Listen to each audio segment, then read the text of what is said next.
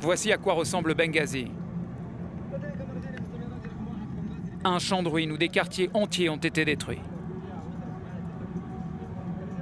Berceau du soulèvement contre Kadhafi en 2011, la deuxième ville du pays, 800 000 habitants, est tombée en 2012 entre les mains de milices islamistes. Il y a 2 mois, l'armée libyenne a repoussé l'État islamique.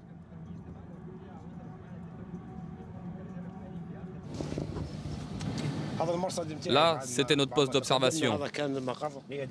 Nous sommes escortés par les soldats de l'armée libyenne nationale qui tient tout l'est du pays. Impossible d'entrer dans la zone sans la protection de ces combattants. Ce matin, ils nous emmènent à l'université. Ça, c'est de mortier 61.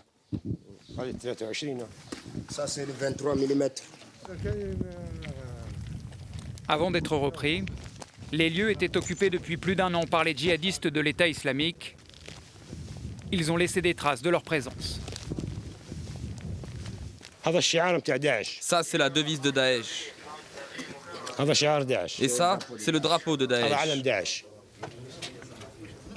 Voici l'un de leurs dortoirs. C'est ici que salle de repos de Daesh. Où se repose ici. Et ici des documents de propagande abandonnés sur place.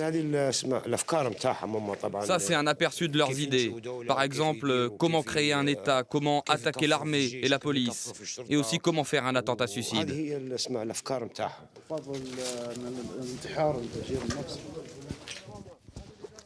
On est ici dans le quartier universitaire de Benghazi. Cette inscription sur le mur le démontre. Cette zone était occupée depuis 2014 par l'État islamique et le groupe Ansar al-Sharia. Il a fallu 7 mois de combats acharnés à l'armée libyenne nationale pour reprendre le contrôle du secteur. Je suis triste de voir ce quartier détruit. Mais au moins, ils ne sont plus là. On est en guerre. Ce genre de choses arrive. Les djihadistes étaient très attachés à cet endroit. Ils avaient un campement là derrière. Ils nous ont combattus farouchement. La reconquête de l'université a été une étape décisive pour l'armée libyenne.